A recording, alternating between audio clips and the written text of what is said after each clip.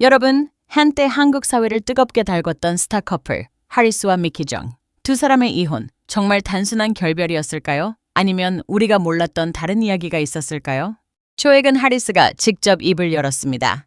저는 이 이야기를 들으면서 우리가 그동안 얼마나 많은 추측과 루머 속에서 이 관계를 바라봤는지 다시 생각하게 됐습니다. 하리스네은 2000년 결혼 후 2017년에 이혼했습니다. 겉으로 보면 10년을 함께한 부부의 평범한 결별처럼 보이지만 속 이야기는 꽤 다릅니다. 당시 하리스는 경제적으로 더 성공한 위치에 있었고 미키정은 하리스의 남자라는 타이틀 속에 살고 있었다고 합니다.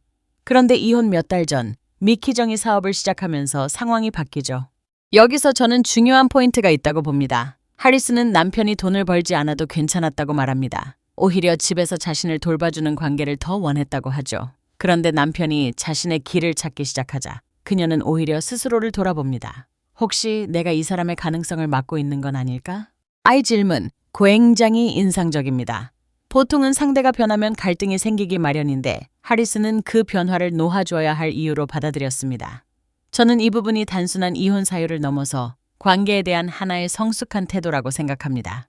뒤도 하나 짚고 넘어가야 할 부분이 있습니다. 하리스는 트랜스젠더로서 아이를 낳을 수 없다는 점을 늘 마음에 두고 있었다고 밝혔습니다.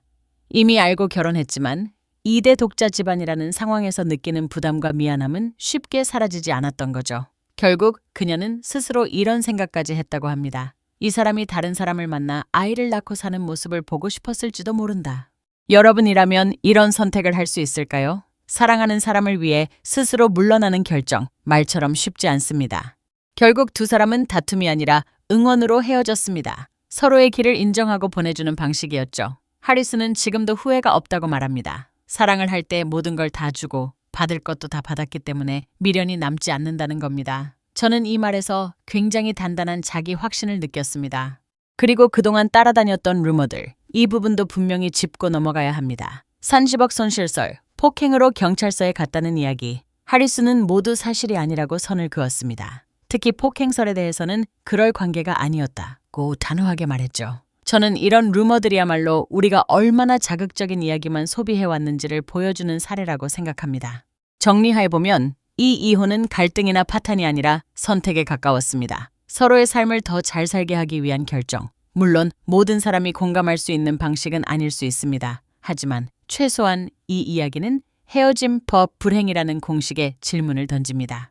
여러분은 어떻게 보셨나요? 사랑을 위해 놓아주는 선택, 과연 가능하다고 생각하시나요? 오늘 소식은 여기까지입니다.